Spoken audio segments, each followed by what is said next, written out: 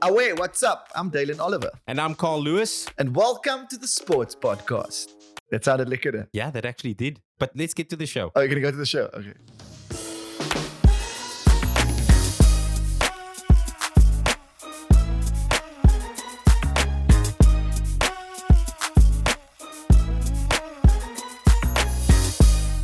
I pressed record now. Okay, fantastic. I want you to tell the live. listeners, yeah, we're live, but I want you to tell the listeners what you told me before we pressed record, because that's the magic that I want, Carl Lewis. Oh, that I prepared last night for it. Yes, and how excited we are. We were supposed to start at 3 o'clock, but it's 4 o'clock. It's 4 o'clock now, and we're just catching up. And yeah, it was quite a nice chat. We have to do that. We don't see each other. We're friends. We haven't even gone out for like a proper, Exactly. So we have building. to catch up. And yeah, it was nice. But then I abruptly cut the conversation short because I wanted to talk about our sports topics. Yeah, you were very rude. You were very rude. Stuff. I'm going to cut you there because you were very rude. I asked you a human question and then you were like, okay, it's time to start the show. I was like, I asked you how you are, Cole. Listen, before we get into the topics though, it's nice to see you and I missed you because we haven't been communicating on WhatsApp all week. And I just wanted to tell you that you are valued and you are an inspiration. And that long as you keep preparing for this podcast, we'll have a podcast. Because every week you ask me, Dalin, are you happy with the topics? I'm like, bruh, it's all you. I am literally your gachi. You are the taxi driver. That's quite a big compliment. I'll take it. But this week's topics are bloody juicy, bruh. I am so excited. So much happening, Carl Lewis. We've got Bafana. Jeez. Huh? Yeah. They back. Proteas Women. Hey, don't say they back. I mean, where they back? Okay, they were here in '98 for the last time, but they have not been back for quite some time, bro. For over 2 decades, basically. Yeah. Before we get into Bafana, can I just ask this question? I was laughing. I saw in one of the press releases, Coach Hugo Bruce saying that they'll definitely qualify for AFCON. And I'm going, yeah, no, my bro, we know you paid to say this, but come on, we've lost all the beliefs that we could possibly have. Nah, man. Nah, Yeah, we'll talk about that when we'll talk about that. Okay, so we've got the Proteas Women who are doing amazing stuff at the ICC Women's World Cup into the semis. The greatness of LeBron James. I like that as your subheading. Ashley Barty retires. We didn't see that coming. Xavi doing the most at Barca, URC and F1. Golfers are excited. WGC Match play. 3 South Africans over there. Carl Lewis, the 10 million listeners, welcome to the Sports Podcast. I think we should start.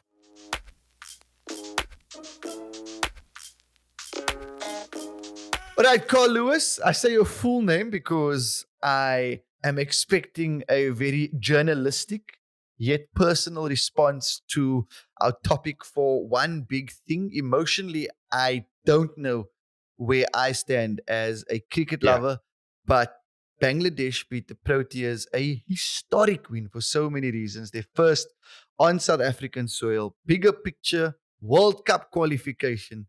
What South African fan would ever have thought that our automatic hopes of booking our ticket to India next year would have been questioned a few years back? But here we are in the deepest hole that we've ever been, deeper than the hole of Kimberley. What happened, Louis? What happened? Sure. I really don't know, to be honest with you. Absolutely outplayed by Bangladesh. No question about that. I want to give their coach and former Proteas head coach, Russell Domingo, some props. Yes. They came very well prepared. Him and his team of Alan Donald and Albie Morkel and obviously the players of Bangladesh. They looked like they played to a plan. They played brave cricket, aggressive cricket, progressive cricket. Always looking to attack us, whether with bat and ball. And I really appreciate that. That was good to see. From a South African perspective, yeah? Yeah.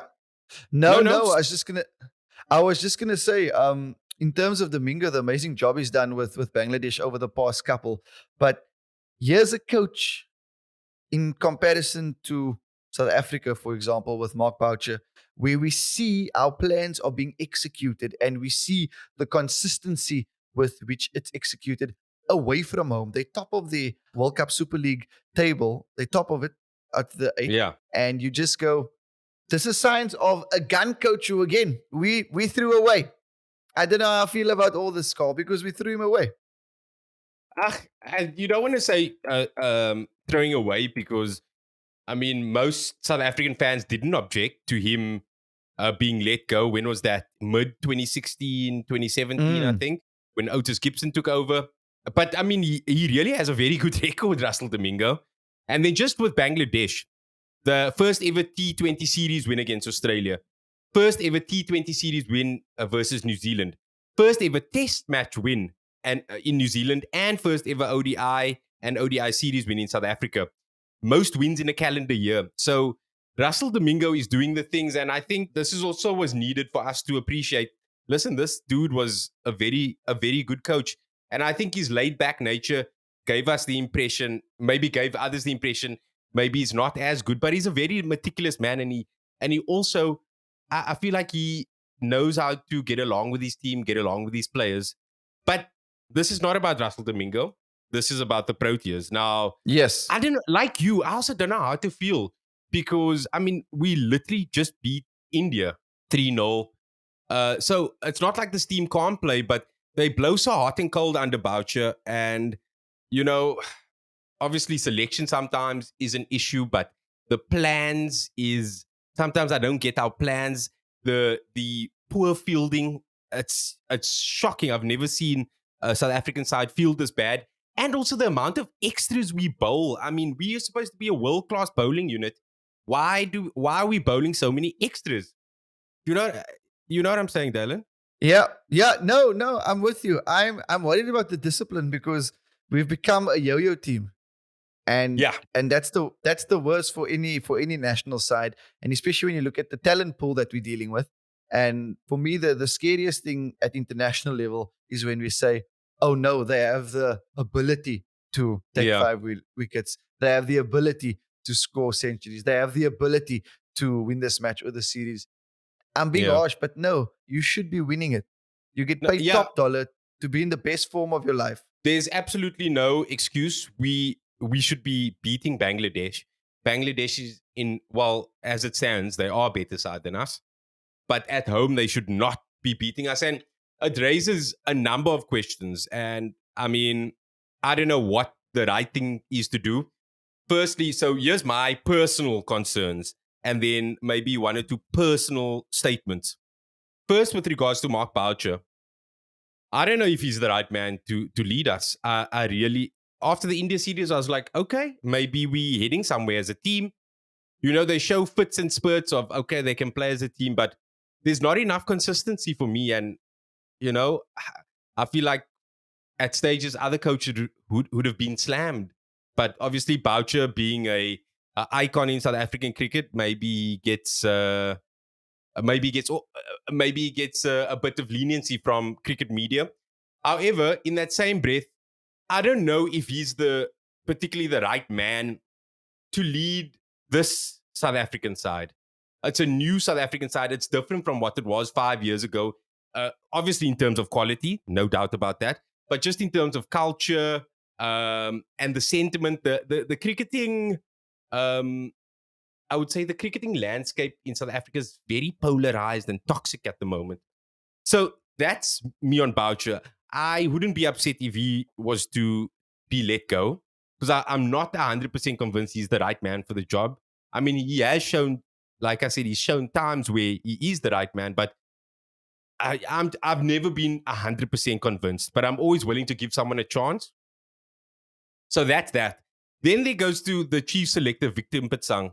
Now, I tweeted when he was announced, because I used to enjoy listening to him on cricket magazine shows, talking about cricket. I think he has a great grasp of cricket, domestic cricket, but he's been super underwhelming as a selector. I just sometimes don't understand what's going on. Why isn't this one being selected? Why isn't that one being selected? And of course, I think targets have something to do with it. But just him in general, the answers he gives, even with the Bedingham situation, like I don't know. Not that Bedingham had to be in the team, but I think David Bedingham is a player that has international potential, and you should be speaking to people like that. I just don't think he's a great selector. And then there comes to, I want to speak about transformation briefly now. As a person of color, I'm all for transformation, right? Don't get me wrong. And I believe, I believe at times transformation has been a very good thing for South African cricket. However, my gripe comes in where we are forced, and it's so blatantly obvious that we're trying to stick to targets instead of selecting our best team. For me, as a person of color, that makes me uncomfortable. Like, I can't speak for everyone, but I'm just thinking of myself as a player. If I was in a team and I knew this was the deal, I wouldn't feel comfortable playing that. My self-esteem would be shot, if I'm very honest with you. And like this, how we have to strictly align ourselves with these targets when a player gets injured, that now we're in trouble. Now we're making nonsensical selections. And just for me personally, it's been making me awkward. And the latest case in point, I think, is the national contracts recently. So Andile Peshluquayo got a national contract. Now, if this was 2019, that man deserves a contract. But Andile's cricket has fallen down a cliff. I'm sorry. Yes, he's 3 weeks ago. He scored a first class 100, which is something I've been asking for a while, and I was happy when he scored that first class 100. But his performances in a Proteas jersey is just not good enough. And why are we? I know why we're giving him a contract, and it's just frustrating me as someone who's pro transformation. But also, I'm using my logic here, and I can't reason. You can't argue and say, no, he must get a contract, because there is no way there's no way performance-wise he deserves it. And that's frustrating, and you can see why fans can maybe feel a bit jaded about it. I don't know how you feel about that particular situation, but for me personally, he's not deserved, and he needs to go play domestic cricket to sort out his stuff. He's an easy scapegoat. Look, Aiden Markram has been in shocking form. He's been given an extended run in the team. So he's another person we like, golden boy, He's had a great run in the team. And I think what Keegan Peterson, Cyril Earvier, and Marco Jansen has showed us, we can put faith in our domestic players, give them a run and see how they perform. Because unfortunately, South African cricket's batsmen in particular are just not good enough. So those are the issues that I'm grappling with at the moment with South African cricket. But I'm on the same page as you. So for numerous reasons. First up, I mean, we all see once our media releases articles, and once we see who the nationally contracted players are, etc., what the comment section's like on all social media platforms. Oh, it can head into such a toxic space. 4 or 5 comments later, and then we're into racism in South Africa, and everything falls apart, right? Yeah. So in terms of players and transformation, it must always be merit-based, because we have a big enough pool of players of color to choose from that are good enough.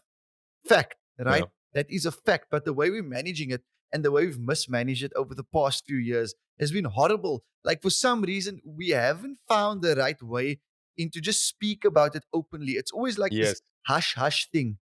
You know what I mean? That's what the box have got so right. Brad, this is where, and I was going to speak about that. Rassie Erasmus. So it starts from the top. Mark Boucher, being the head coach, needs to speak about these issues openly, publicly. I don't know what happens in the team camp. Yes, I know they went for a transformation camp, if I'm not mistaken, and they said that they spoke about these issues within the side. But if we look at things like BLM, right? Again, we were how late in the bandwagon in taking the knee. We know our country's history. We should be leading from the front without question. Yeah. And that leadership should come from the captain, management, from the coach, management, and captains, and then filter down.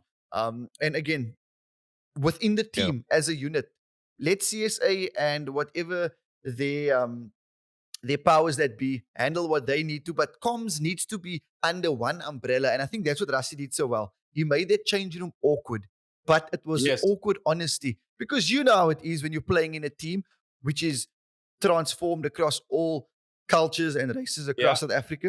You brassen, my bro. You brothers, you die for each other because you know the bigger picture. And I think that's where us as the Proteas have got it completely wrong, because we've treated it like a separate issue to what's happening in South Africa. So we don't know what our coach's thoughts on transformation is. We don't know what his thoughts on BLM is. We don't know what his thoughts is going forward in terms of making sure that there are more players of color coming through the system that don't attend your traditional boys' schools and have access. You know what I mean? We need to hear this as a country. Then in terms of national contracts, and you mentioned Andile, bro, we cricketers, we sportsmen, we business people. If the numbers don't make sense, we all going to question it. So you mentioned Keegan Peterson. Pay these school fees at domestic level. You know what I mean? So if players are paying their school fees, putting runs on the board, getting wickets, and they're getting awarded national contracts, South Africa is going to smile, because then we don't go, a quota system is working, because that's a horrible thing to say. Then we don't go, transformation is working. Then we just go, more players of color have access to the game, and more players of color are making use of these opportunities, which they didn't have before. Case in point, the Springboks. If we look at how diverse their team is and how the players of color and all the players are flying, we have to put the steps into place, but address it publicly. I'm very passionate about this call, because I just feel like we've missed the boat in terms of communication. Yeah. No, I hear you. And I just wanted to say quickly from my part that I don't feel transformation is the biggest issue or the reason why the Proteas are failing. I just feel no, not at all. I just feel like after that national contracts came out, I just had to touch on the Andile thing, because it's been bugging me. Like, how am I supposed to defend transformation when, like, we're making such obviously wrong decisions, man, that spits in the face of a lot of cricketers in our domestic scene? Because I mean, there's a plethora of problems. First of all, I mean, Cricket South Africa itself is not a functioning body as it stands. It's all over the place. The way we reacted to BLM taking the knee, there's Mark Boucher. There's a cloud over his head. His management style, and his qualifications as a coach, if we're very honest. Yes. There's that. There's the fact that our batting has been in the toilet for about 4 to 5 years now. This problem was before Boucher, was before Gibson, was around the Russell Domingo time. Our batsmen are just failing to score big hundreds. There's that. Our fielding has gone down to the toilet. Our quality is, we're just not a good side, and we really need the right coach in place who can galvanize a diverse group of players. And that's why I question Mark Boucher. I don't question his like credentials as a person who knows his cricket, because I mean, look how many test matches that man played. So obviously he knows cricket, and he knows what it takes to make it at the top level and be part of successful sides. Can he do it in this environment? In the current South Africa, is he the right person? I have big doubts there about that. So there's just so many issues to talk about. But basically, at the end of the day, our batsmen need to start scoring runs. That will like go halfway to solving all of Cricket South Africa's problems. Is the batsman. We need to start scoring runs, and South Africans on social media need to stop calling racism when we're not scoring runs. Yeah, because social media is wild. I don't even get involved in cricket conversations like that anymore because of my. No. I just want peace. And look, I have my views, but it's sometimes not worth it having these discussions, because it's not a place for nuance and whatever. Yes. But I mean, we've spoken about this topic. Oh wait, just this is the other thing I want to talk about. Yes. Oh, you're getting excited. When you get excited, I get excited. Let's hear. It's the World Cup Super League, man, that we are like down in the dumps. Yeah. So we're ninth. Go. Yeah. We are ninth. Can I just shout? We are ninth. Only 8 teams qualify. When? How? Yeah. How, call? How? So no. So okay. So the Super League, basically, we have these. You get points. Like Bangladesh got points now. for winning the series against South Africa. So we haven't won. I don't think we've won 4 games. I don't think we've won a series. No, we have won a series. Sorry, against India. However, so we're sitting in 9th now. So there's 13 teams, all test playing nations plus the Netherlands, all 12 test playing nations plus the Netherlands. So the top 8 in this World Cup Super League automatically qualify for the World Cup. Then the 5 teams that don't make it, they go into World Cup qualifier. So I mean, we can still make the World Cup even if we don't go this route, and we probably should qualify for the World Cup because we'll be playing teams like Zim, maybe Oman, things like they know not pushovers, but in this current state of South African cricket, you never know actually.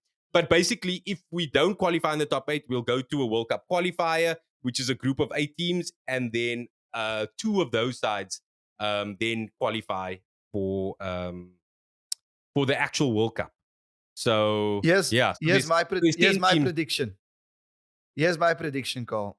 If I was the powers that be, I would get the film crew, go to Themba Bavuma, say, listen, we're going to start filming this journey because this is where the Springboks were before they chased the sun and won the 2019 World Cup. They're going to document everything until India. We're going to go to the qualifiers. We're not going to make the top 8.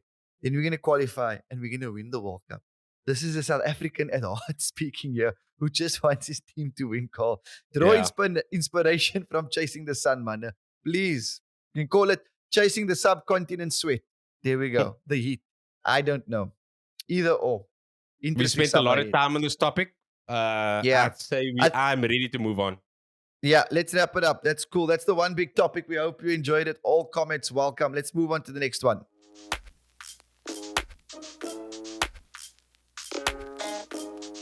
Okay, Louis, there's quite a handful to chat about in terms of our touching points. We breezed through these. Yeah, let's breeze through these. I'm very excited because our emotional spirit animals are on the road in Europe. Bafana, they're playing Guinea in Belgium, and then world champ France in Lille. It's going to be tough, not easy. But hey, I guess this is what happens when you don't have FIFA World Cup qualifiers and things to prep for. Yeah, look, Hugo Brosh, the Bafana head coach, he selected his squad, and no surprises really. He's not selecting players over 30. He did eventually select Rivaldo Kutsia, who pulled out with injury, and Lal Lekay, 2 Sundowns players who were playing really well, but he overlooked that when he has selected squads. So that was good to see. But yeah, I just want to touch on, I like the fact that he has a clear vision in the sense that he's picking younger players for hopefully that they can grow together and looking to the future. But my one concern is that we're overlooking some guys who are 30, 32. I'm looking at guys like Andile Jali, I think he's 33, 34 maybe. Themba Zwane, guys who are older players. The veterans. Veterans, but they are our best players in a technical aspect. They might not have the engines of the youngsters, but when I think of Jali and I think of Themba Zwane, they play for Sundowns, the most dominant side in South African soccer at the moment. They play at the highest level domestically, and they are one of the best players in our domestic league. Yeah, so I do feel he misses a beat with his selection there. Like he's not really choosing other overseas players like the likes of Tulani Serero, Bongani Zungu. These guys have played overseas and have played at a very high level. Even Lebo Motiba, he's just got back from injury.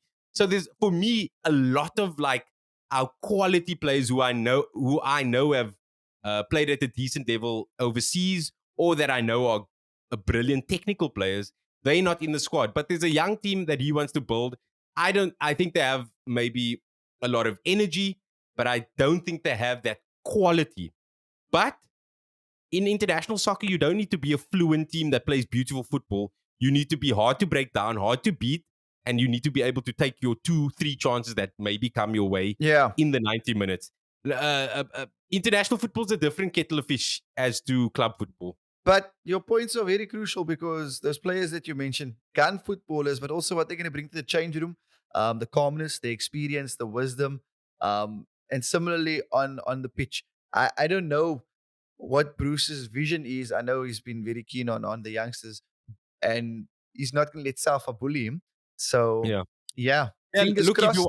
if you wanna hear more about this, I did a podcast with a coach, a local coach, and analyst. We dissected the squad. We dissected Hugo Broch's vision. It's on the Bet Central podcast, my podcast. Yeah, yeah. You can Give me listen. a horn. Give me a horn. Go listen to Bet Central, Carl Lewis The Bet and the Central local podcast. coach. So we really took a deep dive into that. But I'm very Is excited. Before we end this, I'm very excited that we're playing France because I mean we're not playing elite top tier nations anymore. It's been a while since we've done yes. this.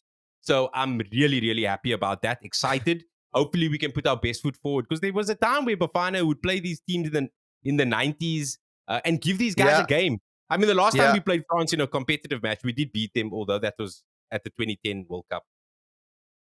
Listen, I was going to ask you, which player do you think is going to run to Mbappe after the game to exchange for his T-shirt? Which player? Which player? I hope it's the right back Olisa Madao after he has put Mbappe in his pocket. Or, Okay. but Yeah. sometimes Mbappe plays on the right for France because mainly he's comes through the left for PSG. But for France, he usually plays on the right. So maybe it's Laleke, our left back, or Terence Masheka, who he says, yo, I was in your pocket. Here's my shirt. I want them to get Away. it. For Cape Town City. Bring it back, Terence. Bring it back. So the mother city can have Mbappe stop over here and we'll sell it on the parade for R500,000. We'll make replicas of it. Listen here. I love the next one because it's just the headline. LeBron James greatness. I love how much you love LeBron and how much the world loves him. Speak to me, Carl Lewis. Nah, man, LeBron is like his Lakers team are absolute toilet at the moment. They lost to the 76ers last night, but LeBron himself is having a season of note. He's 37. That's his 19th season in the NBA. He's the highest. He has the highest points per game average, 30 points. Only 23 players in NBA history have played 19 seasons. And, he's obviously one of them. And he's leading the scoring in the league at 37. So, like, when he went over this, he became the second all-time highest scorer. And in the match that he did it, he scored 38 points and had a triple-double, which is basically assists and rebounds. I was going to say, because I know an Yeah. uncle that's per me having a triple-double. This is brandy and whiskey, and he mixes it. He's safe all the time. Anyway, back to basketball. So, yeah, I mean, this guy's just a phenomenal athlete. Like, he's averaging 30 points a game at 37, which is kind of like, which is his highest output since he led the league in the same average in 2008 when he was playing in Cleveland. So, 2000, how old would you have been then? Minus You'd have been 23. 14 years. Yeah, He's playing at the same years. level. He's playing at the same level that he was when he was 23. And he recently passed Karl Malone for the second, like I said, the second for all-time scoring. Only Kareem Abdul-Jabbar is ahead of him, who's also part of the 19-season club. James, here's another stat. James has the highest year 19 scoring average, which I said is 30. The second highest was only 14, and that was Jabbar again.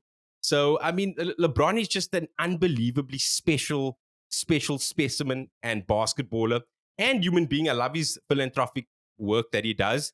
When it comes to the GOAT argument, I'm really not sure. I'll probably still maybe stick with Jordan. But James, I think some people like to disrespect the LeBron James, and we just need to be like cognizant of this man is still putting up insane, leading the NBA for scoring. 30 points per game. No one is averaging more points per game. This man is 37. He's playing in a poor side. If he was playing in a better side, this guy might be winning the MVP of the league. So yeah, I just give him his due. No, I'm there for it. Age is nothing but a number. During the time that we're living in, these Owens are eating well. They're looking after their bodies. And why I enjoy the basketball chat so much, Carl Lewis, is because while you're talking, in your mind, I can hear you say, South Africa, please just watch more Park NBA. I can't stress it more how much I wanted to watch NBA. I can hear, and I'm And glad that you NFL. wake up. And NFL, very important. Can see Tom Brady retire 5 times this season. Listen, Yeah. who we hope is not retiring soon as any of our momentum Proteas, because they are doing the most at the ICC Women's World Cup in the semifinals, along with Australia so far. By Australia. the time this podcast is released, maybe more teams are through. I'm just happy, Carl, because we've gone through a lot in terms of cricket with the men. So the fact that our ladies are our shining stars, can you just give that horn? Thank you, Durant. Durant's our amazing producer. And I'm sending all the positive vibes because we're going to win this World Cup. I'm just going to say it. And we're going to beat Australia because Meg Lanning, their captain, was the only one who carried their team, call. And yes, I'm shouting at cricket. And we dropped, like 7 catches? I mean, Australia's by far the best side in the tournament, but South Africa scored 270 against them, which I was very impressed with. I mean, we put our best foot forward. But when it came fielding time, we did not put our best foot forward. But the fact that we were so poor in the field gives us hope that if we do meet them, hopefully in a final, that we can beat them. And the nice thing about it that we've secured qualification already, because last night's match against the Windies, it was rained out after only like 10 overs. So, Yeah. So that basically secured our qualification at no result. And now we will qualify in second place and we'll avoid Australia in the semi-finals. So as the log stands now, we'd either face the Windies or England, but we play India in our last game. So no matter what, we will qualify second. So between West Indies, England, and India, those are the women that we will face. So I'm still very positive. The fact that we could push Australia that far, and we came that far by being very, very poor with our catching. So we can still improve, and there still is a reason to be optimistic.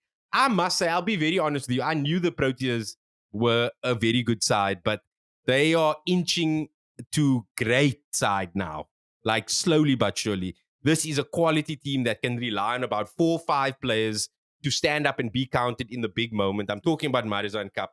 I'm talking about Shabnim Ismail. I'm talking about Laura Wolfart, Lazal Lee, Chloe Chetty, the ladies like that. So we have Trish match Chetty, winners. Chloe Trish Tryon. Chetty, Sorry, Chloe Tryon. I never So, want to correct you. yeah. Chloe Tryon. Because those two all-rounders, they might have not been scoring 50s, but their 30s and their 40s At the that back they end. played, so important. And yeah, you need that, man. That's the sign of a good team. Yeah, and Laura Wolfart, absolute superstar. Potentially the best South African batsman across genders as it stands right now. 100%. 100%. You couldn't have said it better, Carl. Our momentum Proteas hitting their straps really well, and we're so excited to see them lift the trophy. I'm just going to throw it out there. Beat India, beat West Indies or England in the semis, and then play Australia and beat them. But I tell you who's not going to hit the straps anymore is Ashley Barty, because we were sleeping, and then overnight, world number 1 retires from the world of tennis. At 25 years old, I've won 3 Grand Slams, and it's cool. I'm happy. I didn't expect it. I don't think anyone did. No, not at all. I mean, look, she has retired, but that was when she was a youngster. Now she's 25, and this seems a bit different. I mean, she won the 2022 Open, and a reason for retiring at the top, world number 1, she basically just said, I'm spent. She's tired.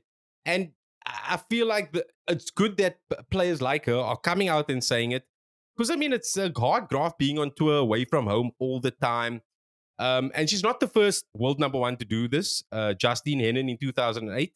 She did return 16th month later, though. And who knows, maybe Ashley Barty will return. But there's a lot of other options that Ashley Barty has. She has played Australian gun cricket and also a gun golfer. Like she's entered a few golf tournaments. So and the fact is she's really leaving the sport at the top. I mean, she's won 25 of her last 26 matches. She was one major away from a career Grand Slam. She earned 2.2 million for Australian Open win. She spent 121 weeks at number 1 including the past 114 consecutively. That's the fourth longest streak in women's tennis. That's like since June 2019. She is a hell of a player.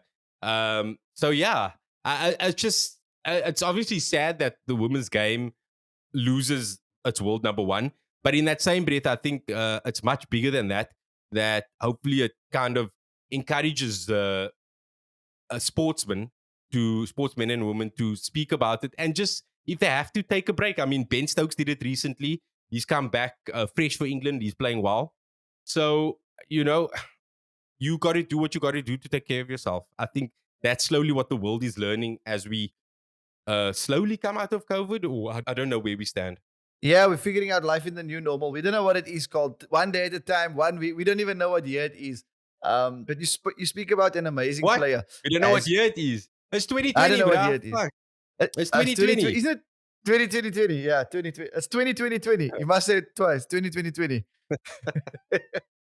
Listen here. As is known in South Africa, Xavi, or as is known in Spain, Xavi. I always laugh with his name. I'm like, I hope I said it right in Spanish. Former Barca player now, manager. He's like resurrected the side from where they were, because when Messi left, when he was there, we were all going, yeah, my bro, what is happening here? The reason why I wanted to talk about this is just like, I mean, I watched the demolition of Real Madrid over the weekend, and yeah, I mean, we saw this Barcelona side play under Ronald Koeman early in the season, and it just shows you what the right coach can do. Yes, they made some signings in January, but it was Aubameyang who wasn't playing well for Arsenal. It was Adama Traore who came out of nowhere. A 38-year-old Dani Alves, and obviously a very talented youngster in Ferran Torres from Manchester City. However, but just for me, it's just such a good example of why getting the right coach is important. Well, that's basically the same kind of squad. I mean, he's played in his last 12 matches, they are unbeaten. In their last 10 La Liga fixtures, out of a possible 30 points, they've taken 26. And I think the way they played was almost like the icing on the cake, what they played in the El Clasico when they clapped Real Madrid 4-0. They dominated from start to finish, and they were 4-0 up in the second half. And I see Xavi blowing a gasket because his players are not committed enough, or not running enough, or he's not happy Signs with of how they greatness. pass. I'm just like, oh my word, dude, you should be reveling in it. And they really look like a team. Aubameyang is playing some superb football. So it was a good transfer for both him and Arsenal, because Arsenal are also doing well without him. Let's not say it was a mistake for Arsenal to let him go. He was a bit toxic. He needed to leave that squad. But yeah, I just wanted to say, I don't think we can call Xavi one of the best coaches in the world, but I think we really need to say, yes, we need to look at this guy, because this guy knows what he's doing clearly. And you know what his job before this? He was coaching Qatar before this, honing his skills in Qatar. So yeah, I just wanted to give him some props. I'm busy having a laugh. It's such a colored bra response. When you're like, yo, he's a quality manager. Yes, just that alone, that saying alone means that this brew is world class. Yeah. You should put that. You should be able to put that on our CVs. Can we put that? When my coach saw me at under 13, he said, yes, that just means that, I'm up it. Okay, that's where we leave it with our short talking points. Next, we look forward to what's happening this weekend. Always excited to see what Carl Lewis will be bringing to.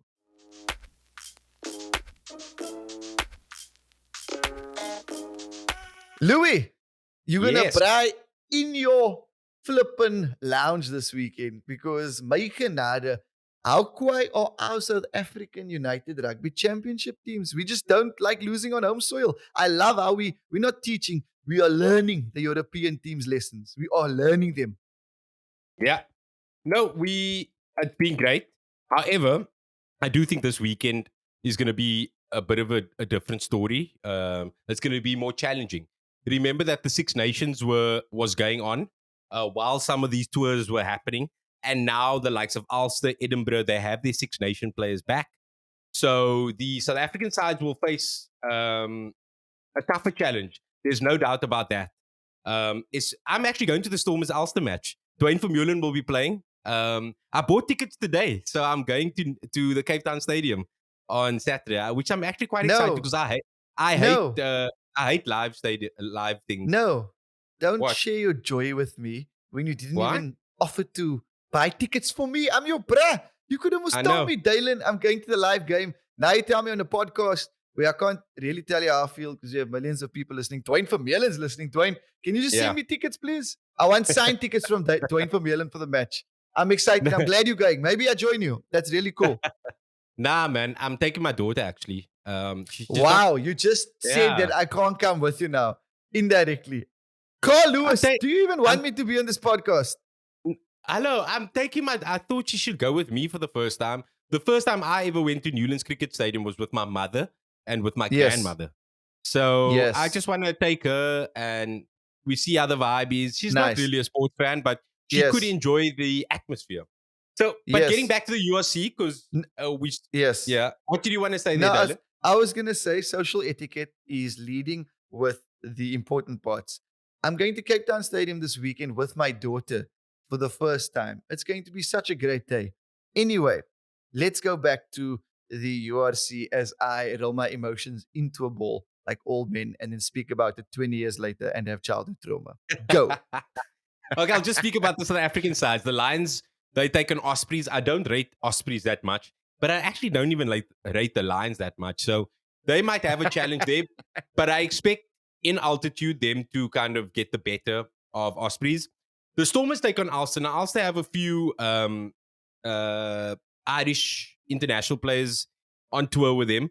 So this won't be an easy game. I mean, if the Stormers can pull off a win here, because Ulster's, I think they second or first in the URC. This will be a huge win for the Stormers if they can pull this off because they're coming with a very strong side. As are the Sharks who play Edinburgh. So a lot of the Scots will be back playing for Edinburgh, likes of South African Piers Skuman, who's playing for Scotland now and has been playing really well. So those two you got to watch out for. The Bulls play the Dragons.